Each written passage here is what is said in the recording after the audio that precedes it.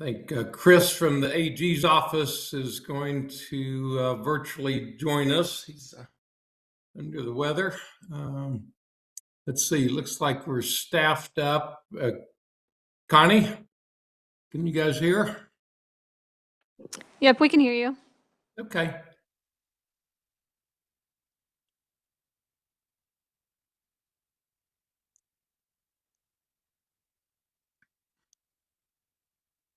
Connie, who did you hear from, or did you hear from anybody as far as attendees?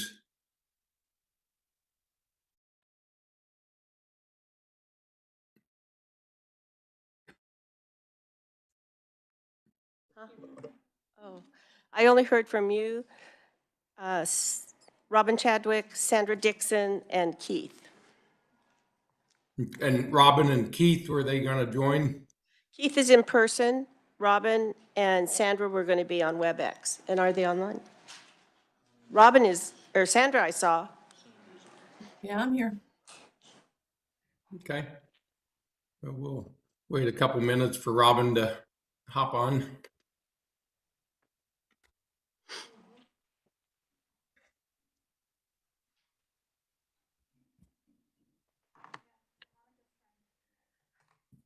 I believe Monica and Chris are still trying to connect and get the WebEx link, so that's what we're working on. Okay. All right. Good. I got right on. I'm usually the last one, so I'm pat myself on the back.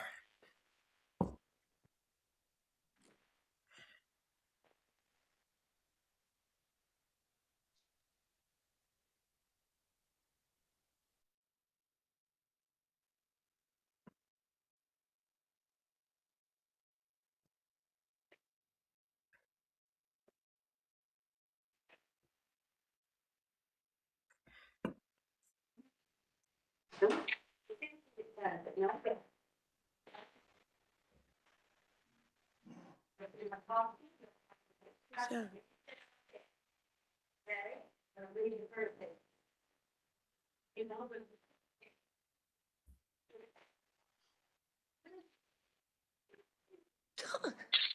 It's all week I haven't been able to get in this room.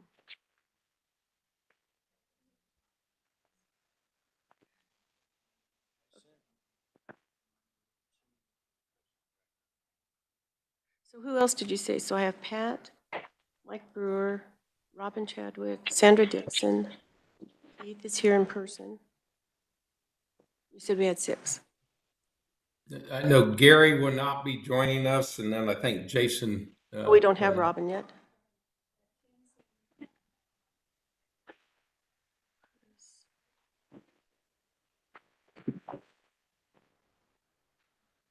Monica is on? Okay. Pat? Yes. Yeah, this is Ken. I don't know Too. if you have me down or not. I think we have your voice, but not your beautiful mug. I know it. There. Can you? Now we can see you. Oh, you can see me. I can't see you for some reason.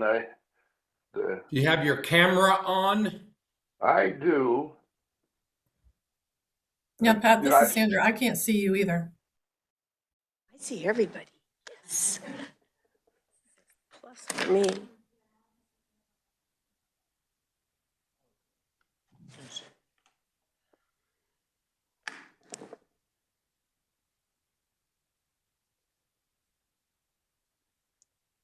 So the technical difficulty with the camera must be in-house. I can see the committee room and everyone, Mike and Sandra and Ken. And we're waiting for a couple others to join us here.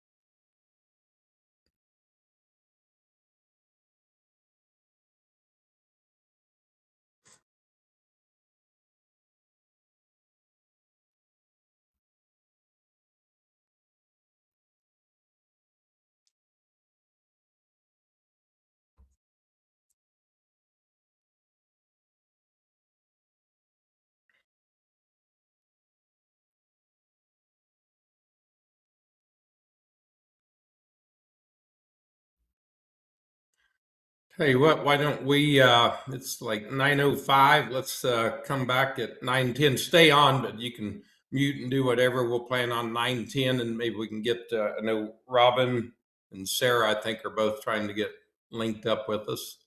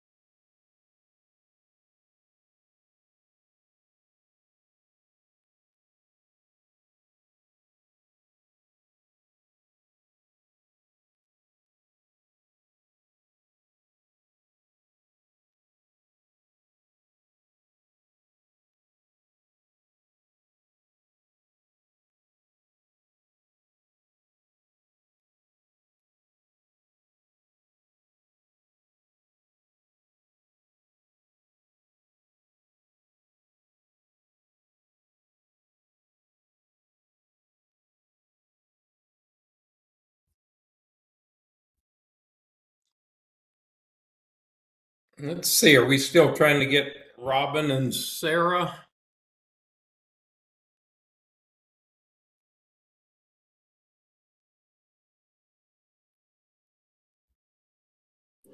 We sent the link out again to Robin. Had we heard from Sarah? Was she also having difficulties? I haven't heard from Sarah. Oh no, I thought you said it's just Robin. Is that the one that hadn't been able to get on? It was Monica who I was working with. Okay. So I think we should be good. Yep. Okay. I think we have a quorum, so I'm going to go ahead and call the meeting to order, and we'll get Robin on here fairly soon. I'm going to do a roll call for Connie, so if you'll just acknowledge when I read your name. So Pat George here, Mike Brower. Here. Sarah Kaler. Robin. Sandra Dixon. Here. Gary Henson. Jason Hess. Mike Kagay. Ken Gregoire. Here. Monica Murnham. Here. Keith Rickard. Here. All right. Well, we got a quorum. Thanks for everybody taking their time to be here again and all our meetings. We it does take time, and everybody has a passion for this issue that's on the board. So that's for me is a lot of motivation. I feel like we've been unlike other government projects, I guess, that I've been involved with. It feels like we have some freedom in that we don't have to spend our money or lose it. We can be prudent, which I feel like we have, and just feel like we're getting ready, kind of on the cusp of hopefully doing some things that make a difference. This issue that's near and dear to all of us. So with that being said, the first item would be approval of our January board meeting minutes. So I would look for a motion. This is Sandra. I make a motion to approve. Second by Mike. Second by Mike. Any further discussion? All in favor? Aye. Aye. Aye. Aye. Aye. Opposed? Same sign. Unanimous approval of the minutes from January. Now we'll turn to Chris, who's joining us virtually for any update from the Attorney General's office. Good morning, Chris. Good morning, Mr. Chair, and apologies for joining you remotely today. I unfortunately was down with a pretty nasty cough and I didn't feel like sharing. So a couple of updates. I think the only really significant update is, if you were following along, HB 2489 was a bill that was is setting aside or was directing school districts to require them to set aside naloxone, make it available similar to AEDs in school districts or school buildings, as well as doing training within the school about the use of naloxone and the risks related to opioids and fentanyl specifically. That bill, as originally drafted, was going to make a modification of the Kansas Fights Addiction Act in a way that didn't actually change the status quo of the act, but did create some confusion as to who would be applying to which entity would schools be applying to receive grants. I went and testified to the House Education Committee last week to address support for the bill, at least from the AG's perspective, but also to request what we were calling a technical amendment to strike the section that would impact the Kansas Fights Addiction Fund or Kansas Fights Addiction Act. We did get that section stricken from the bill, and the bill did clear committee. Did want to flag that the committee was interested in the work of the board, especially how we were interacting and interfacing with schools and school districts, whether schools and school districts would be able to receive money for naloxone, things like that. And I believe I was able to answer those questions pretty comprehensively. But I wanted to just flag that there was some continued interest in the work that this committee is doing with respect to opioids, and there is a continued interest in getting additional dollars out there. One part of that bill and part of the testimony would be that we were recommending that schools work through the state naloxone program rather than try to individually acquire naloxone, as that would drastically reduce the overhead costs and make the entire process more cost and time efficient. As well as developing training is probably not individually necessary if this law were to be passed, because the state naloxone program is able to provide training on the use and appropriate risks associated with naloxone. Fairly straightforward, simple training. As we all know, it's a fairly simple product to use. The one thing that did come up in that testimony is that if federal funding is not renewed for the state naloxone program, I would anticipate sometime in August or September, latest October, the state naloxone program may be reaching out to the board to help supplement or otherwise maintain the same level of service the state naloxone program is able to provide, likely in the form of, I would anticipate, a responsive grant. That's not an action that's happening right now, but you want to flag that was potentially on the table. The other piece of legislative news is there's a bill out there, and unfortunately I don't have the number immediately in front of me, that is looking to extend the expiration dates, or at least allow for people in the state to use what would other nominally be expired but is otherwise safe to use naloxone. That bill was scheduled for a House floor vote, House work. It was then resent to committee.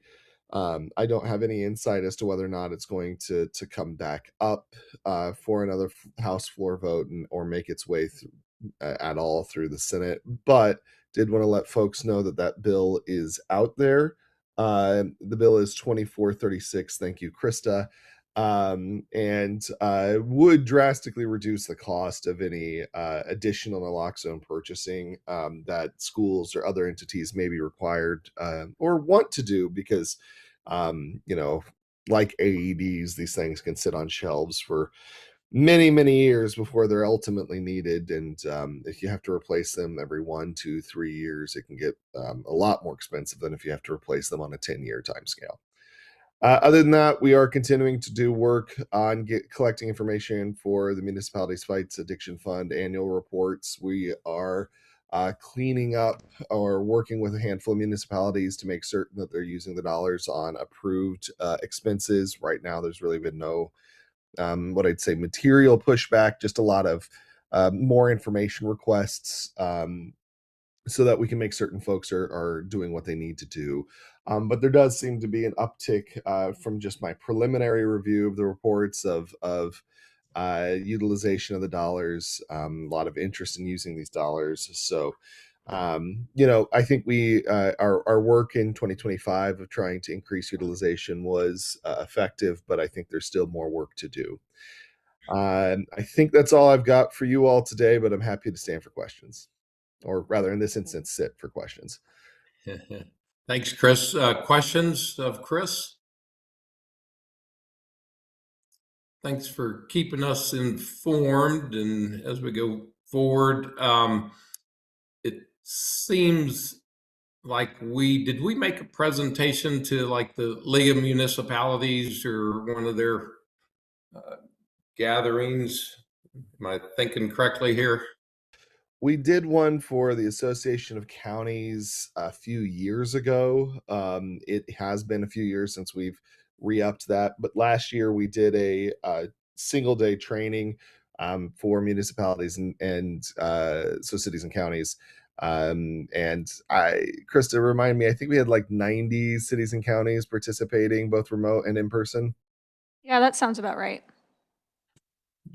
I don't know if we need to do that annually or every couple of years, but I think from what I remember is pretty well received, the guidance that you're able to give to them. Yeah, I think annually is probably I would assume that's likely too frequent for some of these folks, but every couple of years is I think a really good idea. Okay. Any questions or comments for Chris? Seeing none. Item 4. Chair, Oh yeah, go ahead, Mike. Hey, I would just add on to that. I said, I think it'd be awesome, since we've kind of gotten finalized the KU study, the website's up and effective, to do a webinar and make it available for counties and municipalities, to just kind of go over the highlights of the study, but then also do a demonstration of how, and Alyssa did this for us and for our providers in Johnson County, of how to use the website to look at data, to look at different information. It can be really helpful to those folks when it comes to making applications for grants and so forth. And so I think that's something real valuable that the board has done that would be well received. Yeah, that does seem, probably look to Krista and Alyssa. Is that something that you guys would be able to work on? Yeah, Alyssa's out sick, but yes, I think we could definitely work on something like that and see about also including CPPR in there as well. They could do their portion of the needs assessment and the results, and then Alyssa could do her portion about how she's been sharing about how to use the website and the resources out there. Yeah. Okay. Thank you. Good suggestion, Mike. Any other comments or questions? Seeing none, we'll move on to the financial report. Shanna, will you? Mr. Chair, I think I'm actually taking this one as well for Shanna here, Okay. just to give you the quick update. Two items here. One, just the balance update. Wanted to let folks know you should have received in your packet of information. If you haven't, let me know. We'll get that to you. An updated balance statement from January 31st, 2026. Total amounts received deposited from the AG's office is $103,029,668.39, with total interest earned to date of $6.1 million. After expenditures that have already happened, plus anything that's set aside for, or rather encumbered for outstanding grant payments, the balance has $82,841,277.29. And what I will tell you is I believe we are anticipating getting an additional Walgreens payment of a couple $1 million to the state here in next month. So there'll be an additional transfer by the time we get to the March meeting to get into the Kansas Fights Addiction Fund. Questions on that? Questions for Chris? Thanks for bringing us up to speed on where we stand with balances. We received an invoice too. Do we want to take action on that? Yeah, I'll give you just a quick read of the invoice. This is fairly consistent with the same amounts of the invoices that Sunflower's done in the last couple of quarters. But just so that you can hear it, direct grant administration, project supports in support of the KFA, total to about 110,000, or not to about, but exactly $110,724. And then indirect support was $11,072.40 for a total of $121,796.40. And the AG's office in Sunflower are requesting a grant from the board to pay that quarterly invoice. Thank you. Would look for a motion for approval of the invoice. So moved, Monica. Second? This is Sandra, I'll second. Sandra seconds. Any questions or further discussion? Seeing none, all in favor, aye. Aye. Aye. Aye. Aye. Disapproval, same sign. Okay, unanimous approval to pay the invoice. Thank you, Chris, for catching us up on all things financial. Thank you, Mr. Now for the annual report overview. I would just hop in and just say, job well done. You know, I didn't go through it with a fine tooth comb, but I didn't pay much attention in English class, unfortunately. So I'm always amazed at people that can write concisely and present the information. And I know this is a major undertaking. So thanks for all the work that went into the annual report. So I don't know, Krista, you want to kind of give us a general overview, and then we'll look for questions. And then from that, do we need to approve the annual report? I was thinking we need to take action so it can be submitted to the legislature and governor's office, et cetera. Yep, we'll need to submit it. March 1 is the deadline, so if we could get approval, that would be great. We'll need a couple of revisions for sure, just numbers. We're waiting on confirmation. I think Chris has those just about ready, and so we'll plug in those blanks for just those numbers associated with specific settlement amounts we've received this year as a state and the MFAF dollars, so we'll plug those in. But otherwise, without other revisions, or if the board would like us to make other revisions, we could make those, and if that's allowable to approve pending those revisions, ideally that would be the motion, I think, if that's how that works. Okay. Looking at Joe to assume that that's acceptable. Yes, he's shaking his head, yes. Okay. Okay, I'll go ahead and do an overview. So it does look like a very intimidating document because it's over 100 and some pages, 140 some at least. However, the actual content of the report is only about 35 pages. Everything else is appendices. So for the appendices, we included the 2024 awards. Since they were awarded in late 2024, none of them initiated until 2025. So we thought it was still impactful to include all of those summaries again. So they were in last year's report, and they're also in this year's report so that they can be referenced, since those are our current grants. As suggested last year, I think it was Sandra who suggested we have an executive summary, so that's new this year as well. We added that. And then the report and the headings and whatnot all look pretty similar. We just updated it with the new information. As I mentioned in the financials section, we will update those numbers once we have those final numbers here soon. And we'll send it back out, of course, so you guys have the final version. And then Pat can submit it by March 1. But you'll see all of that information there. We also adjusted our strategy a little bit with the fund analysis in those financials to match the way the MFAF has been reported. So from a state perspective rather than from the sunflower side of things perspective. So showing it in the same way. So you'll see that reflected in the fund analysis and the unencumbered cash balance difference. So it didn't look quite the same last year, but mostly the same. And then we walked through kind of what the board has been working on the past year, focusing a lot on how the needs assessment was wrapped up, and there's a summary of the needs assessment as well as the executive summary is included as an appendice item. And we also then go into detail the strategic framework work that you've been doing on these pillars and how you got to those and what those look like. We also outlined the support that was provided to the MFAF subdivisions through the conference and education that happened there.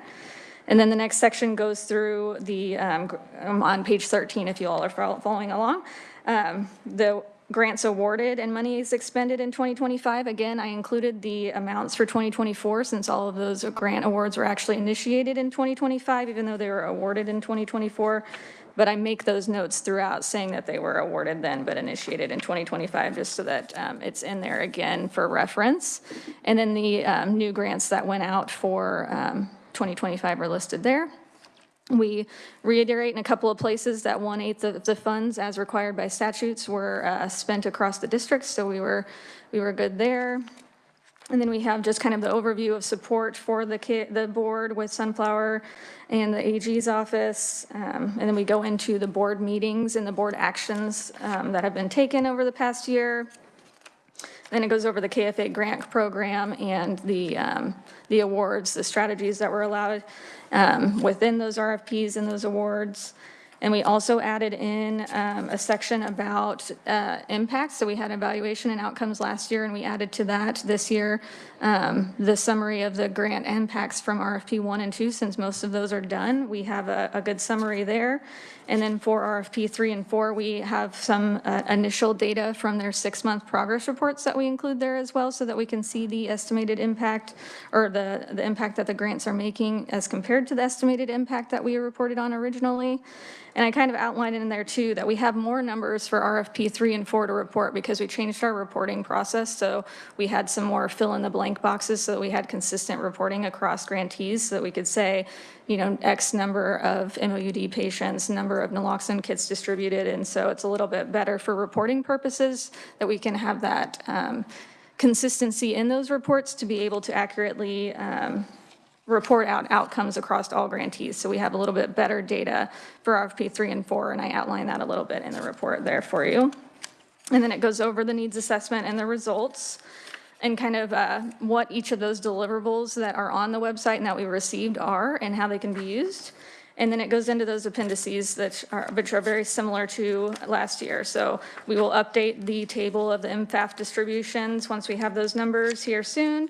And then it goes into the total awards to date summary, and then it goes into the summaries of each of the awards for RFP 3 and 4, as well as the new 2025 ones. So there's a lot, but that is the report in a nutshell. Thank you. Thanks for combing through that for us and giving us the highlights. Any questions or discussion in regards to our annual report? Mr. Chair, this is Sandra. Krista, first, thanks for putting the executive summary in there. That was really helpful to highlight the things I wanted to go back and look at. You guys put a lot of work into this, and I think it's really comprehensive. So nice job. Thank you. Any other questions or discussion? This is Monica. If not, would look for a motion to approve with I don't know what the right language is, with additional updates anticipated. It's Monica, so moved. Second? Second. This Ken, second. Ken seconds. Any further discussion? All in favor of submitting the annual report with modifications? Aye. Aye. Aye. Those opposed, same sign. All right. Unanimous approval for submitting the annual budget. That'll be done by March 1st as required of us. Thanks again for all the work. I know Sunflower and the AG's office does a lot of work to put that together.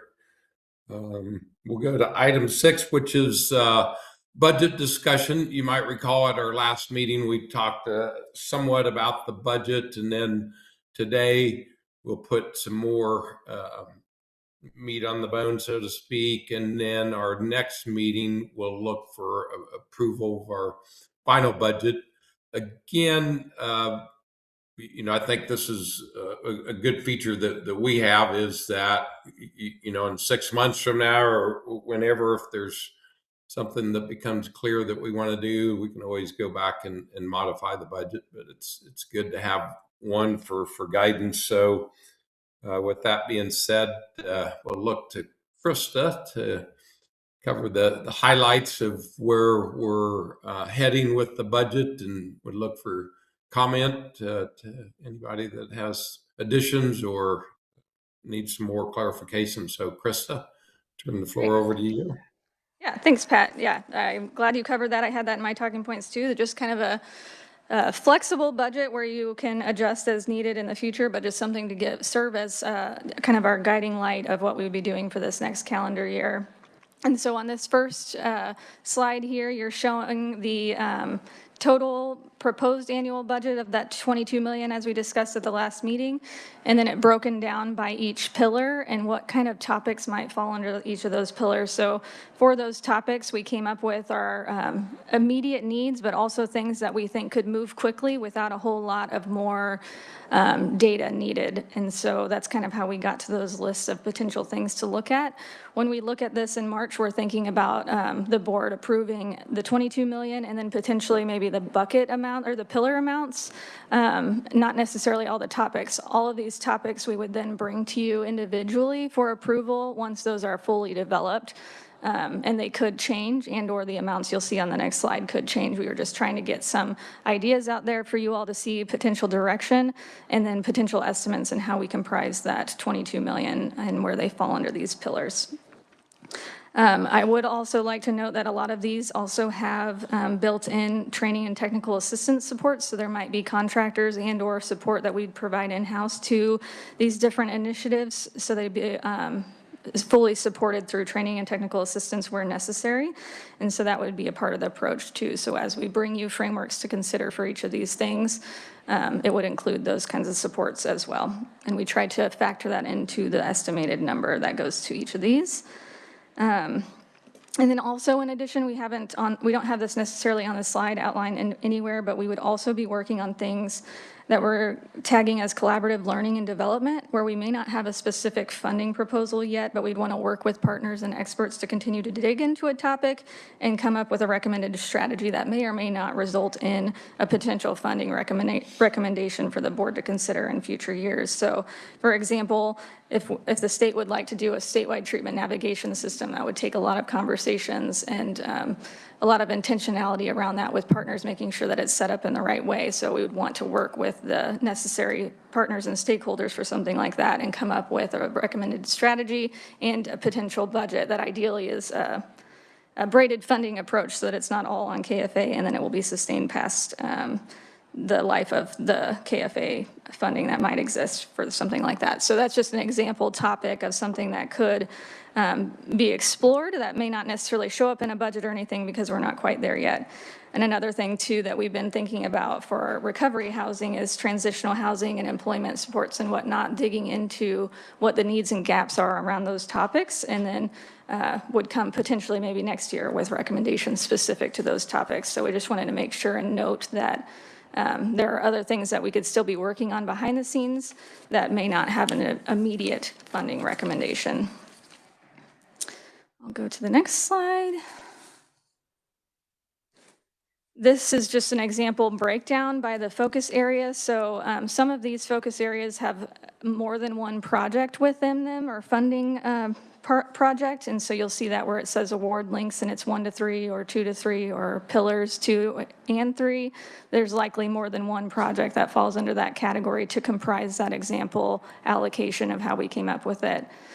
So these are the topics that we tried to get some kind of example allocation for. As I mentioned, we probably don't need approval of these numbers in March, as they will likely change, I'd assume, once we start having conversations, doing more research, and putting together the actual funding frameworks. But each one of these individually would come back to the board for full approval at a later date. And so when we're thinking about the budget next month, thinking about that 22 million and then maybe the pillar amounts, not necessarily these, but we wanted to make sure that the board sees the kind of topics that we're looking into and that we think that we could actually accomplish within the remainder of this year. Since we're already in February, we're hoping that we'd be able to get these initiated by the end of the year and then start thinking about 2027 too. So that would be future priorities that we would come up with and discuss. But this was just to give you some kind of frame of reference of how we got to that number. This next slide is just illustrating how we would allocate funds this year for all years of whatever the award would be. So that naloxone one right there, you'll see in the reddish orange color for 2026 is potentially a 2-year grant. We would allocate all of the funds here in 2026. This is also illustrating things where if we would want to get started, say, obviously MOUD is a huge need. This year, maybe we focus on doing a broad-ranging RFP to just expand MOUD, and then maybe next year we focus on a targeted strategy that might be specific to emergency departments, jails, or mobile units, a specific way of expanding MOUD in our system rather than a more broad-ranging approach, potentially. And so we just wanted to illustrate that this year we might be focusing on this one specific thing for MOUD or a broad-ranging, and then next year there could be potential for additional dollars for a more targeted strategy or more broad-ranging, depending on what's learned and what the board would like to do. But it's just trying to illustrate that each year we would probably allocate more dollars to a topic such as potentially MOUD, since it's such a huge need, that amount will be much more significant. So the budget slide you saw on the last one may not seem like a large amount, but it will add up year after year and showing the allocations happening, and that we would be allocating the dollars for whatever that award is that current calendar year and start with a fresh budget that next following year. We also wanted to illustrate that Of course, we don't have every topic that we know is needed yet in this first year of the budget based on pillars, but we would add to it each year. So this is also illustrating that. So we might focus on peer-run recovery housing this year because we know and have a lot of data already on the need and where those are and the gaps. We don't have a whole lot of data outlining all of the needs and the gaps and what would be needed best, I guess, or would be the best strategy for transitional housing. So we could spend this year digging into that, and maybe there's a recommendation in 2027 for focusing on that. All of these are just tentative examples. They're not anything set in stone, but we just wanted to try to get visuals of what we're kind of thinking of when we talk about the budget and setting priorities year after year. And then this next slide is looking at, again, just how those allocations become much more significant and large over time, and using that challenge grant as an example.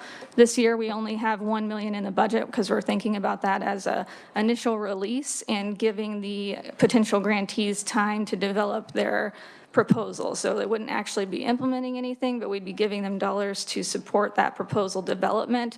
When they've given us some kind of idea that the board is interested in, then they could spend time to actually develop that proposal. So it's more of just the writing of a proposal and having dollars to support that. And then 2027 would be focused on pre-implementation, so still not full-blown implementation, but starting to get everything on board. So do they need MOUs with partners? Do they need to hire someone? Do they need EHR enhancements, something along those lines, to be able to fully implement in 2028, which then the amount would be much more significant. We just threw in some numbers there, for example, of it may just be $1 million this year, but it will be a lot more when we think about it over the 5 years of funding that this could be.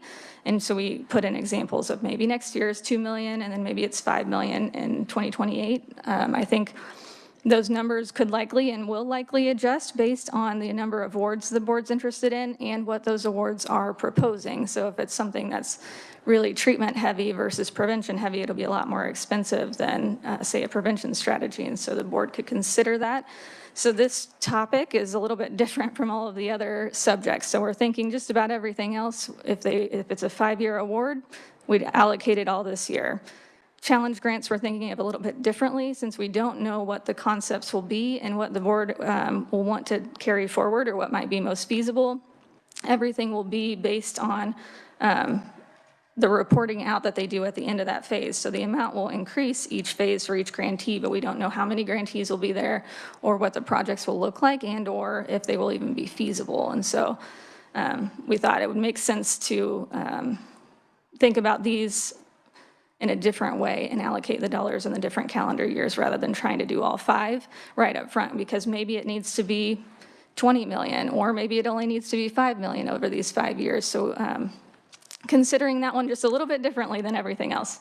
And then we wanted to give another example of how there's in the budget about $400,000 for recovery housing this year, but likely next year there'll be a different targeted strategy and there'd be additional dollars. So just wanted to reflect that this is only 1 year of funding, and for the public benefit, knowing that there's going to be a lot more dollars coming, and for all of these different topics as well as new topics. So just trying to illustrate it and visualize it in different ways. And then this last slide here is just a potential illustrative example of the timeline. So right now we're looking at the draft budget. Next month we'll potentially approve a budget of that high level 22 million and by pillar potentially. And then we might also be able to release and approve the responsive grant program, as well as our plan for different RFPs this year. So some of these topics are we're thinking of as RFPs this year. We're thinking of MOUD potentially, peers, community health workers, and barrier reduction, SUD prevention, and specialty courts are likely going to be things that could be RFPs. So with the responsive grant program that we look at more next month, we could also think about what those RFPs are, and ideally when we announce the opening of responsive grants, we could also announce and or release one or more of those upcoming RFPs so people know that they're coming and they're different from the responsive grant program. And then it's also showing there along the top that around June or July, we can start planning for 2027 so that we can start getting ahead of the game so that we're making decisions much more in advance for the next calendar year rather than during the current calendar year. And then you'll see on the bottom there too where We could potentially, depending on what the board would like to do with the challenge RFPs and those conversations, maybe in August, we could release that. And then between May and October, flexible on these, but other targeted grants that may not be RFPs. So you'll see in some of those topics, and we can share more at the next meeting and as we go. Some of the topics may be targeted grants. So for example, for naloxone, like Chris was sharing earlier, focusing on schools and the naloxone program needing to do that. What we were thinking for this year for naloxone, maybe we focus on expanding the statewide naloxone program and filling gaps in the naloxone program that way. And so that would be more of a targeted grant rather than an RFP. And so we have some of those proposed as well. Any questions on where we're going with the budget, timeline, and/or feedback? Questions for Krista? Any comments that you want to throw in? I feel like Krista's done a great job with this proposed budget of capturing things that we've talked about over the last few meetings, and we'll get a more finalized, we'll get the final budget to the board for the next month's meeting for approval, but open for any comments or discussion. This is Monica. Krista, I'm sitting here and listening and reading and thinking back to our last, lots of meetings of people processing and thinking and throwing out ideas. And gosh, I think you picked them all up. I mean, you really picked up themes so nicely and related it to realistic timelines. The dollar amounts feel proportionate to me. And I feel like it's not, I think it's really thoughtful, but also keeps us moving instead of just talking about it and talking about it. I feel like this gives us a framework to keep moving. So thank you so much for making sense of all of our wishes and thoughts and experiences. Thanks. Thanks, Monica. Other comments? Yeah, I feel the same way. We established the pillars. The big thing for me, and I think for the board, is the innovation that potentially we can be part of, which captured in pillar 3, but I also think there's some of 2, and then to put a budget for guidance purposes, again, with innovation, it implies, new, so we don't really know what lays ahead, but Monica's point, to keep us moving, we don't want to just talk about things forever. We do want to take some action. So thank you, Krista, and we will just await for the final version. Obviously, if anybody has any thoughts in the next month, reach out to Krista or myself, and we can include those in the budget and bring them up for discussion at the March meeting. So any other comments or discussion in regards to the budget? Well, thank you. We will move to item 7. I don't know if these would be imminent, but there perhaps might be some funding opportunities that will be coming before the board. And Krista, if you want to hit on some of those for us, that'd be great. Yeah, we're thinking we could get a little bit more feedback from the board on the responsive grant program, so that we can bring that framework to you all at the next board meeting for potential approval, and then it could be released following that on how we kind of set that up. But also thinking about how we do set that up and making sure that it's intentional in the purpose of how we're setting responsive, and letting the public know that that's not the only thing. And that's why we're thinking about at least announcing other dates for other RFPs and/or releasing some RFPs at the same time as this, so that it doesn't get confused and assumed that it's our only strategy. So everyone will try to make their proposal fit, even though it may not quite align with what the board is thinking about. And so hopefully that will help there. And so we'd like some suggestions you might have on how we set up that criteria for responsive to make it clear what we're talking about and asking for there.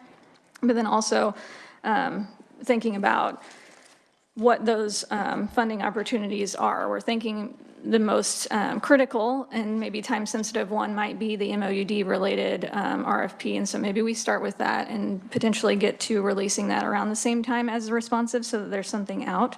But we could also think about the specialty courts piece, prevention, SUD prevention, and the peers, community health workers, and barrier reduction. I think all but the specialty courts ones are pretty broad enough that we could probably put one together pretty quickly if we wanted to release RFPs, but we might want to think about just internal capacity and when we would be doing reviews and whatnot. So we may not want to release them all on the same date, but we can at least announce them and then have a phased rollout so that we can manage our capacity when those grant applications start coming in, as well as the board's time to review those and award them during meeting times. So that's kind of what we're thinking, at least with potentially having 4 RFPs this year that could be focused on those topics alongside this responsive grant program. Any feedback on that strategy? Questions, discussion for Krista?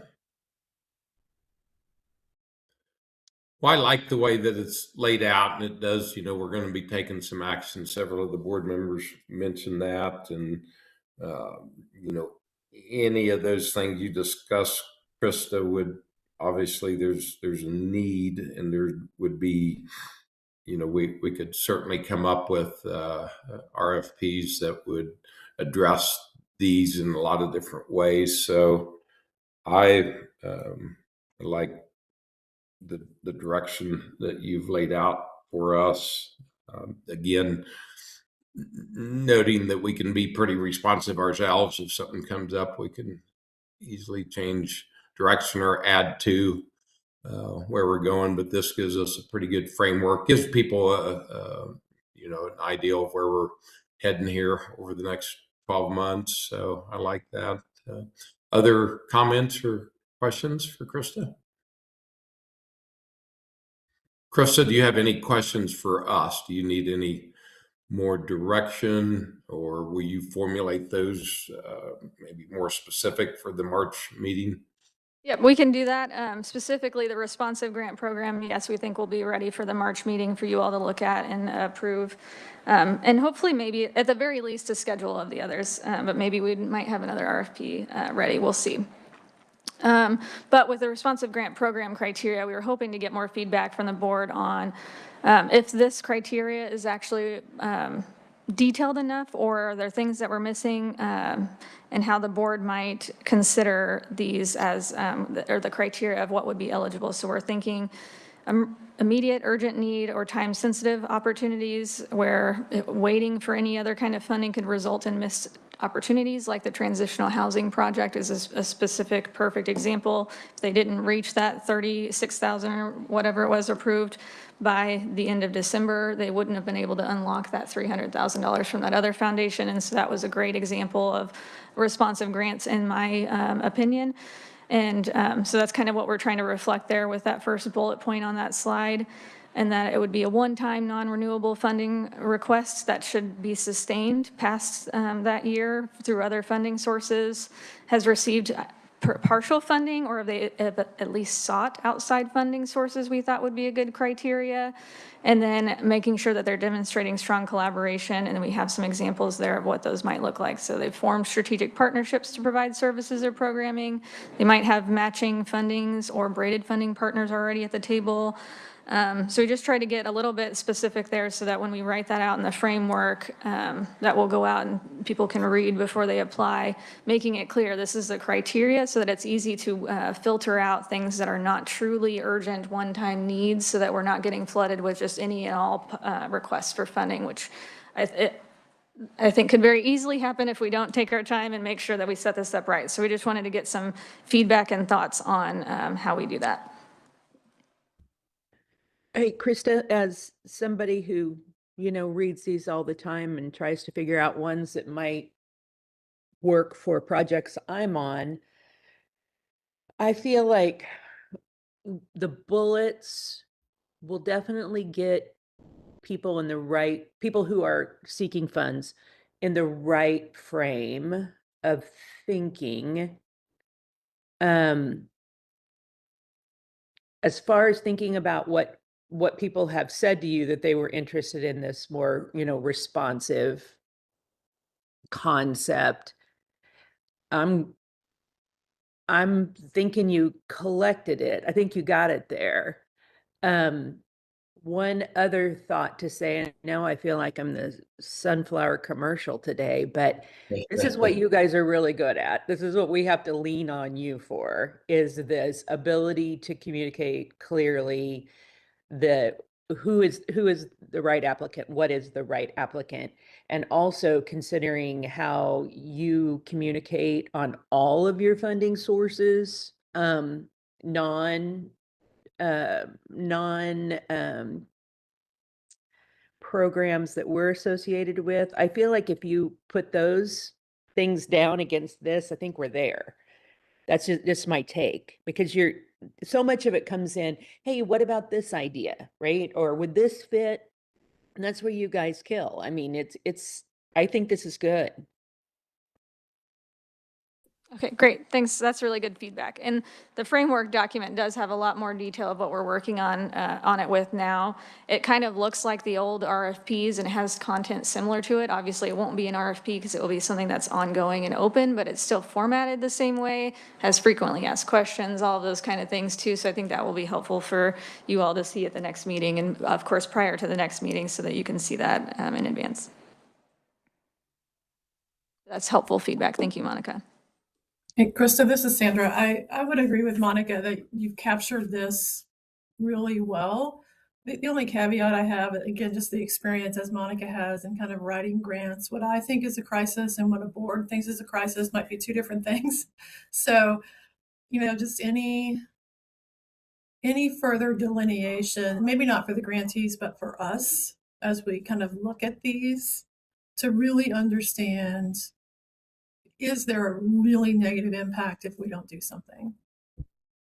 Yeah, for sure. That's what we've been thinking about too, of like, how do we make that clear? And also the board setting that standard, and also making sure we put it in writing of that. So one, we don't want to waste anybody's time that thinks that their crisis is what we mean here. Because I think anyone could make any justification for any project out there to say that we need funding right now for it, because there is an urgent need everywhere. But that's not exactly what we're talking about here. If they just want to say, expand services or something, it's not quite responsive what we're talking about here.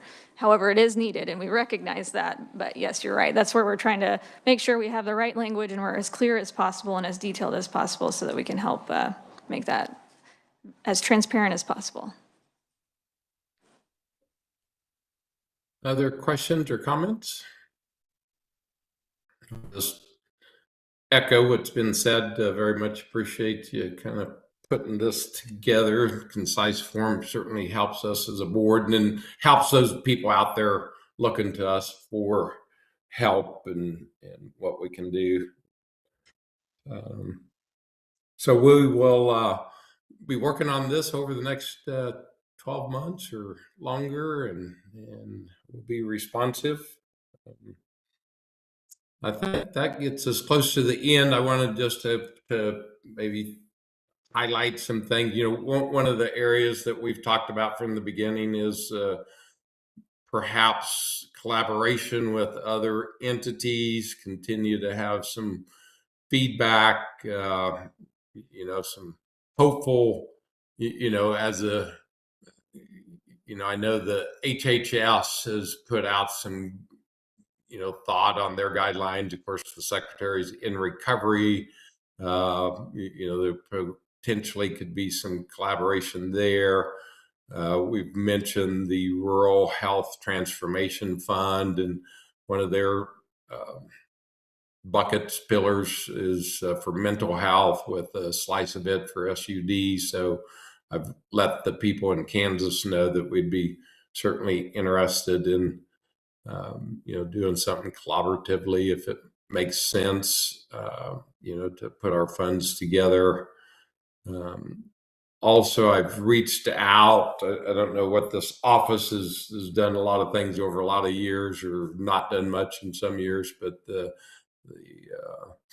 can't remember exactly what it, but the drug czar's office, and just let them know about this. I don't know what direction they're heading, but just to make them aware that not just Kansas, but every state has, these funds that were initiated from the opioid settlement. So those are just some things we've been working on. And then, of course, individual board members, you know what, the 12-month recovery, that just lingers out there for many of us that have been around the disease, knowing that that's a critical point. So perhaps, when we get to the innovation stuff, that'll be something that we can look at, as well as maybe, again, in the innovation. Gary is working on some things as far as, to look at this as from a private equity standpoint of helping, get something started that shows promise, and then to kind of follow it through with, funding over a period of years as they prove concept, that can make a difference. So those are just some things I wanted to throw out for FYI. And with that being said, any further comments or discussion before we shut down? Again, appreciate everybody's time. Have a wonderful weekend, and I will close the meeting. We're adjourned. Thank you. Thanks, Matt. Everyone.